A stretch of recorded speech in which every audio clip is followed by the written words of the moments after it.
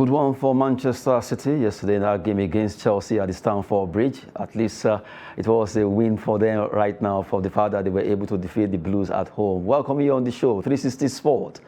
On Trust TV, I am Adeniyi Ajishafe. While we look at that, let's begin from home. Talk about our own sport first before we talk about others. That has to do with Nigerian Professional Football League. Just yesterday, the IMC, Interim Management Committee, set up to see to the affairs of running the league.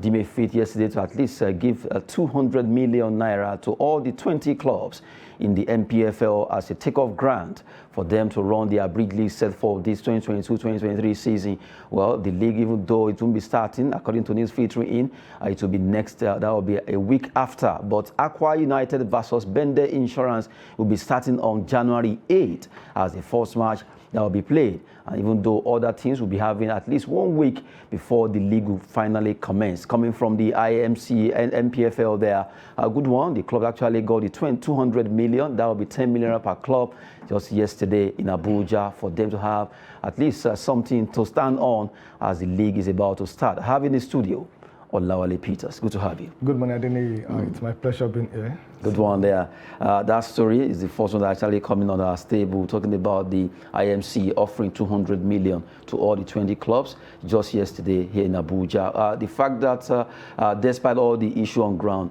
the chairman of the club owner association came around, they got the dummy check, and they will, in fact, he mentioned there that despite the fact that they had issues, but they just have to shelve that and let peace reign for them to move on concerning Nigerian football. And from the way it is, recently, one of the FA chairman actually died.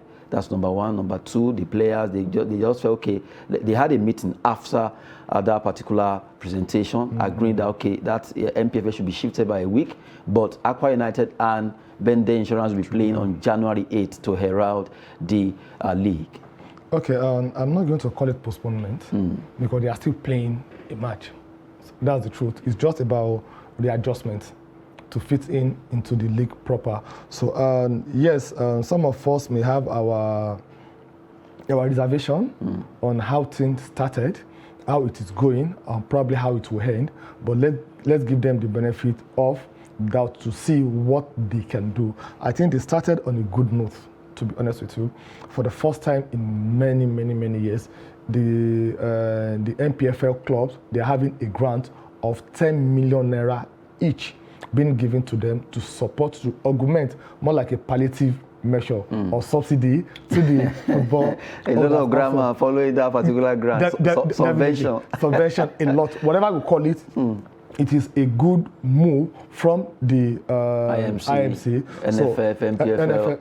Is NFF part of it? NFF. Giving to them, that 200 million naira would have gone somewhere. Where are they taking the money towards this one? Where is the money coming from this time around? Well, at least. You say what? At least we have it. We have it, but not of their own doing. I'm talking about the NFF. They shouldn't take glory for something that they didn't deserve.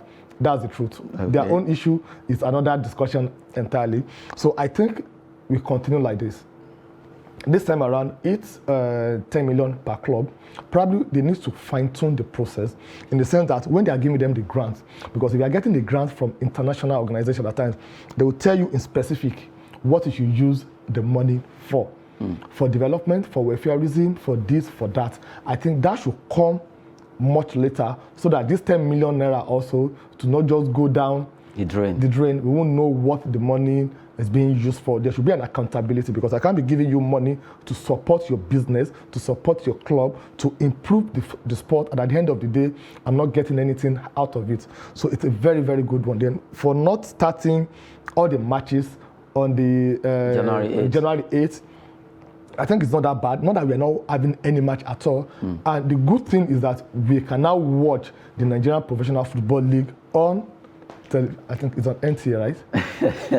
So we can now watch it on like the NFF online that we've been doing before. We'll get there, little step by step. I think the new management of the IMC, they really mean well for the domestic football in this country. Let's continue. We shouldn't praise them now so that their heads will not get swelled up. And at the end of the day, issues will happen. But they've started well. Along the line, there will be a mistake. They will correct their mistakes. and they'll get back on track, and they're going to get it right. And hopefully they can end well. Talking about the NPFL there, the bridge leader will be starting Aqua United versus Bende Insurance on January 8th.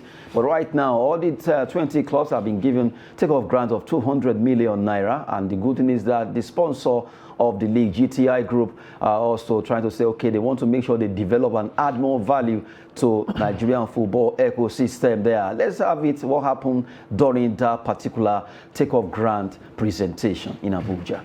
In fulfillment of our promise to the clubs that we will support them through our corporate partners with a sum of 10 million naira as a startup fund. We are here in fulfillment of that to let that one happen today, so that this can be easy for the clubs to start the league without much stress. And that is why it is necessary to publicly present to the clubs the promised amount of 30 million per club. As you all know, during my electioneering campaign, I promised that I would do everything possible to ensure that at least we change the face of the way we run things in football in this country. And that is why you heard it from the chairman of the interim management committee.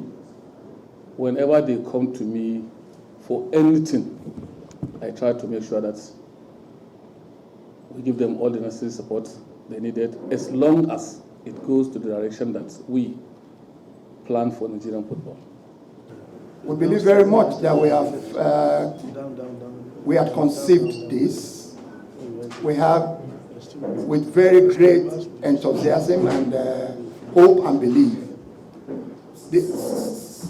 And I can tell you that in a couple of years to come, we see the Nigerian football industry thriving, and every stakeholder will be very happy for it. We have come with very clean hands, very good heart, because first of all, we are all Nigerians.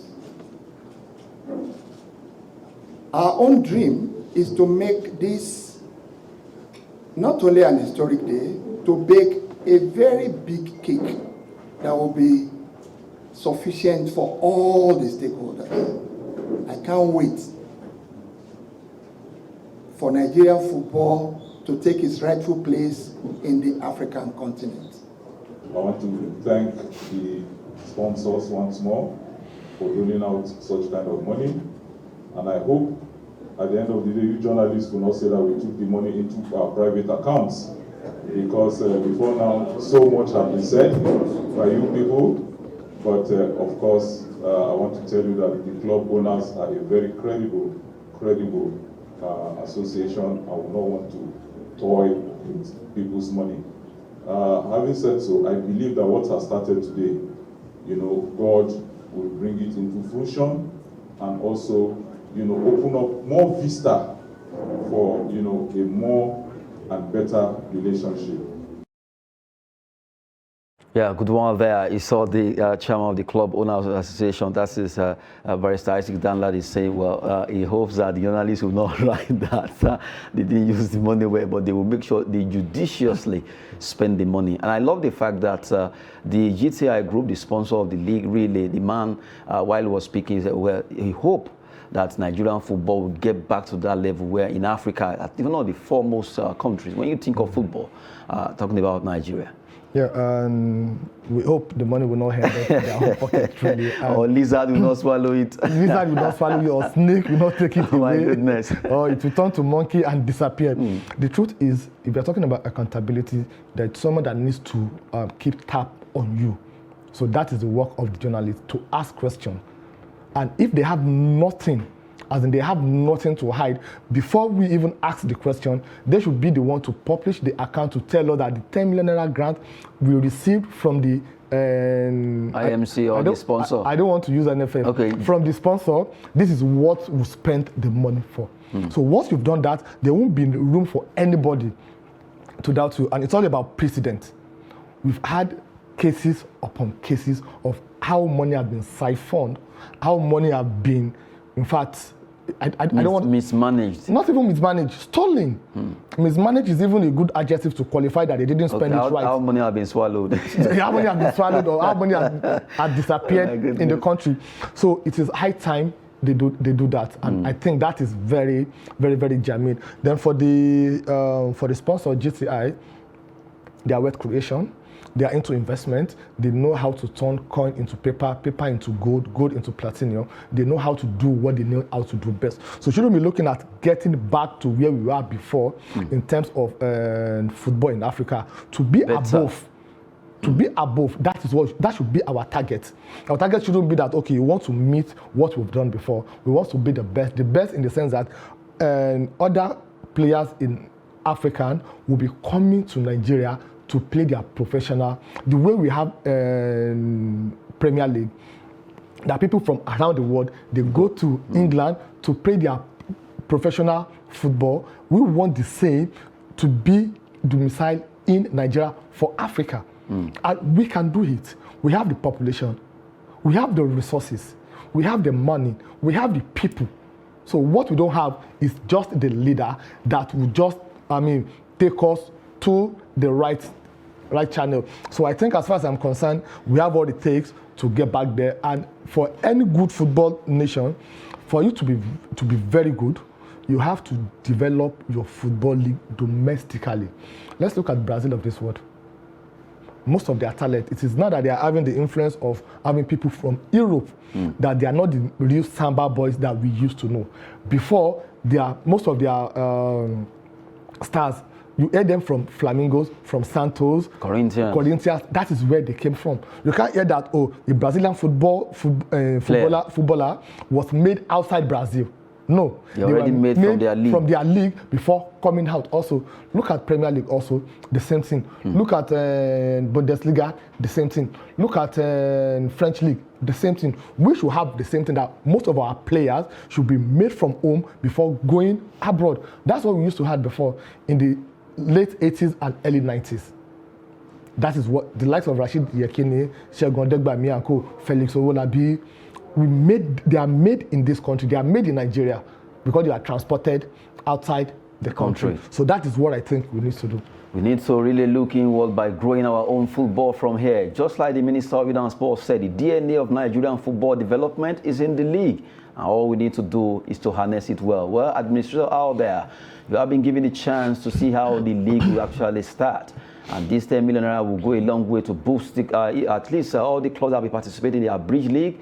Let the big game begin. By January 8th, Accra United, Bende Insurance will be fighting for slot over there at the Godswill Akpabio Stadium in Uyo. Away from football, let's talk about Delta State now. But this time around, it's not about politics, it's about sport. We talk about the National Youth Game that also come up last year, 2022. But right now, be coming up in 2023 by February. Delta to host 7th National Youth Games that will be coming up by February 8th to 18 over there in Asaba. You remember that the sports festival actually took place in Asaba also, but right now the National Youth Games will be coming up in Delta State, where all the state will be at least showcase all the underage athletes will be able to compete at the National Youth Games, the 7th edition. Yeah, I'm not surprised that they are having it in Delta State. They have the infrastructure, they have the facility, they have the money. They just concluded the National Sport Festival currently now, so they have the stadium, they have everything it takes. But these are my concerns. They are starting February 18th. That's very February 8th. February 8th, yes. And they are ending. That is very close to the electioneering period that people will be making use of their stadium for their campaign and what have you. So I hope maybe it should have been after election. Should have been after the election. I don't think there's any need for us to be in a hurry to have it right now. It should have been after the election, when the atmosphere will be very conducive, when the security issue will have been very, very okay. Right now, I don't think it's right to have such events in Delta State where we are having the vice presidential aspirant from one of the political parties coming from that same state also. I think that should be looked into. We shouldn't be in a hurry to take a decision, a very good one. Then number two, we need to really look at the age issue. Okay, if you are saying national youth, the youth should be youth, not adult youth. So if you are talking about youth, you should take them from the secondary school, catch them young, so that they can have more more time ahead of them for training, for exposure, and what have you. Not that we should go and take someone that is almost 30 years old and we So said be competing for 14-year-old 14-year-old event or what have you. I think the organizer should seriously look at a mechanism that they can use to detect the true age of each of the players, their record, secondary school, primary school, or what have you. I think that is very, very critical, because if you don't address that, what we're going to have is a temporary success, not a permanent success. So that is very, very key and important. We need to get it permanently when it comes to success in Nigerian sport, because that particular sector can turn things around in this country, especially for the youth who we know they just can use sport to get out of all the social vices that actually comes up in the society. Away from there, let's go international. It was a big fight, although Chelsea really tried their best. Man City to the game, they were able to win a courtesy of the Algerian Riyad Mahrez, who actually got that goal for them. Manchester City beat Chelsea, trim gap to 5 points. The gap was actually 7 before the game, but now it's now 5 from the way it is. You said a big fight. Fight between who and who? At least I need to I need to add some sparks to that, because they fought. You can see Kukurea there, at least running towards Kukurea was running towards Riyad Mahrez before eventually the goal entered, and that's football. I love the fact that the goal came via the substitute. That's Riyad Mahrez, and also being connected with Jack Grealish, even though you want to say, okay, he has been high, but really coming up in that game, himself and Riyad really show class. No, not them. Sincerely, let me give it to Pep Guardiola this time around. Okay, I'm not surprised. He's a world-class coach, even though he has been performing below expectation when it comes to the Champions League. I would say that anytime, any day. But what he did yesterday, it showed that he knows what he's doing when it comes to Premier League. If you look at the first half, Man City, they are used to, they get these free passes from Kevin De Bruyne. And that yesterday, the combination of Kovacic and Zakaria, they really blocked in. For almost 20 minutes, you wouldn't know if Haaland was on the pitch or not, because those passes are not coming through at all. They block everything. So they stopped Manchester City from playing from the midfield. And that has been their strength. They play from the midfield. Now, what did Guardiola did? Second half, he said, okay, what I need now, I need a dribblers that can play from the flanks. And they brought in Mahrez and Grealish. And immediately they entered the first 5-10 minutes, we saw the pressure on Chelsea, because both of them, they are walking down the flank, they are dribbling, they are coming in. And I know it's going to be a matter of time before the goal will come. And the goal came. So here is the question. What do they call his name? Is it Graham Potter or Harry Potter? What has he been doing at the halftime to talk to the players? No change in tactics, nothing. When you saw a coach bringing in 2 flank players that are dribblers, so that means it's going to decentralize the midfield, because they are not getting through the midfield again. And you didn't make any change at all. You left that Kukurea. No, they call him Kukuru now. You left him there doing nothing until they considered the goal, because the goal came from the flank, from Grealish from the left, but to Mahrez on the right. And it's slotting over. And you allowed that to happen before you now made the change. So sincerely, I'm not surprised. I never believe that Chelsea will win yesterday. The bet they can get yesterday, it's a draw. Take it or you leave it. So it's a very good it's a very good one. As far as I'm concerned, like I said last year, Chelsea currently now they are nose driving, and they will continue to nose drive. They are going to go through what Arsenal went through. It's getting to a decade now that Arsenal had never touched Premier League. Now they are getting there. They are getting closer to it. So they are going to go through that same process, either they like it or not. They have to be patient, seriously. Sacking of Thomas Tuchel by the new owner was a very, very, very big mistake. The mistake would have been corrected if you replaced him with a good or a world-class coach, not like Graham Potter that is an average coach. I'm not saying he's not a coach, but he's an average coach. It's like we're having the likes of Lampard to coach a Chelsea team. Recently, UEFA, they released the top league teams in the world, and Chelsea is around 5th or 6th. So you're now asking a Graham Potter that's never won anything, even the trade that they used to win in Premier League, that round 3 that they call Community Shield. He has never touched it before. He has never played in the final before. You're not asking him to come and coach a club that has won everything. Like Chelsea. The Blues. Sincerely, that you're the Blues. It's like you're mocking the Chelsea fans outside. They wait for you. Well, just add some at least spice to the show. Really, the Blue. I just have to give you those accolades. The Blues. Yeah, the Stamford Bridge. Yeah. What happened? The bridge collapsed yesterday. The bridge has been collapsing for a while. I love the fact that at least one of the Chelsea fans have been bold enough to say, "Okay, I agree. The bridge has been collapsing." No, the truth. A Chelsea fan was telling me yesterday they would score by 89th minute. They would. I saw him this minute. I said, "What happened to your 89 minutes goal?" He said it was reversed by Manchester. A good one there. Let's quickly look at the way the table is standing. Well, the top there. Well, seriously, Manchester City, they've caught the gap. Now they have 39 points behind Arsenal. Now it's just 5 points, and they are trying to see if they can. 29 points at 29 rather of goal difference after playing 17 matches. For Chelsea, they are standing 10th on the log. So far, you look at Chelsea, they are not leaving that particular place they are. They have, now it was 2 before, talking about the goal difference, now 1. They played 17 matches, 25 points, now standing 10th, and hopefully, can they make it to the top 4? Okay, and if you look at the gap between Chelsea and the 4th position, Manchester United, haven't played the same game, 17 matches, it's 10 points. Take it a little bit. The Chelsea that we have today, the Chelsea under Graham Potter, they can't make it to the top 4. 10 points. Even to the 3rd position, Newcastle to Chelsea, 10 points. They cannot make it to the 4th or 3rd position, 10 points. That's the truth. Their best shot right now is either they play in Europe or they play the Conference League. Why do I say so? They're having 25 points, and if you look at the difference between 10th position and the 5th position, which is Tottenham, that one is still manageable. They can still try and get it. That's about 8 points, okay? Which is even a task on its own. But if you look at the difference between them and Liverpool, Fulham, Brighton, and Brentford, just 3 points. So that means what they need is just to be consistent in their next match to win and not to lose.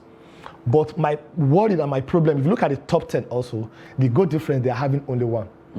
Because they've scored 20 goals and they've conceded 19 goals. So that makes them to have that goal difference of 1, because at the end of the day, all this may come to play at the end of the season. As far as I'm concerned, Chelsea really needs to do a lot. But one good thing about the team is they have a future. They have a future because if you see all the players that they signed, they are between the age of 18 to 21 and 22. So that future is in the next 3, 4, 5 years. Will Chelsea fans have the patience like the Arsenal fan that they are used to it? Will they have that patience to wait for the 4, 5, 6 years? Time shall tell. Well, I still love the fact that you still find a way to still put Arsenal in your No, they're the perfect example anyway. of what we're talking this time around. Well, let's quickly run through this. Our time is running. We look at the NBA result quickly, how those games actually went down in the NBA. Talking about McCann, Doncic scoring a lot of points there, 23 points. Don't forget the Jason Tatum also doing well for Boston Celtics against Dallas Mavericks. Memphis Grizzlies 123 against Orlando Magic 115.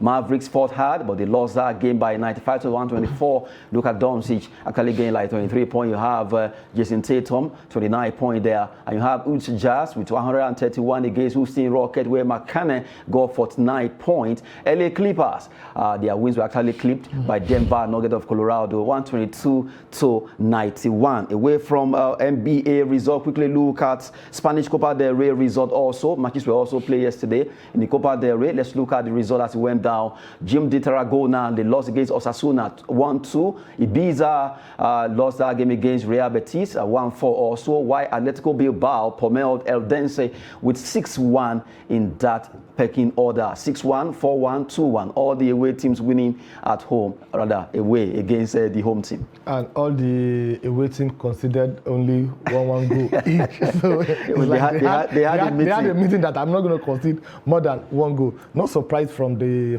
result we saw, definitely. I think most of them, they are in there for the experience and for the exposure, and to have on their record also that I play against so team. And I'm sure the scorer of those goals, they will be very happy that at least I've registered my name for scoring against the likes of these clubs. And to wrap it up, Chelsea transfer news now. Just as he actually said that Chelsea, they have future right now. They will be planning to use all these players. Talking about Benoit Badiashile joins from Monaco in a £35 million deal. Like you said, this another player they just acquired from Monaco, and you'll be adding more spice to that particular team. What spice? That's the reason why they bought him. No. You said they are buying young players. Definitely. It's among the young players. What spice is it going to add? When they bought Fofana, they bought Koulibaly, they bought Cucurella. They bought him. They spent over 250 million pounds on transfer. And they didn't change they brought Graham Potter. Out of which 166 million pounds was spent on these 3 defenders, and they've conceded 19 goals this season. The likes of Newcastle United, they've conceded only 11 goals. And if you look at the market value of their players, it's not even up to 40 or 50 million pounds. All these players that they bought together, they are not up to Anthony Rudiger alone. So that is why we do normally say at times that it is better for you to retain your best talent than to recruit a new one, because recruitment of to maintain a performing player like Rudiger will have been much better than all these 3 new signings that they brought in. We just hope that Chelsea will get it right there. Well, it's always very fantastic when we talk about the Blues. Well, that will be it on 360 Sports. Olale Peter has been the one talking in the studio. Good to have you. Thank you so much, and I can see that you're always happy when Chelsea lose. Oh my goodness. What's the way to go? I am Adeni Ajishafe. Sport is always business and fitness. Thanks for watching.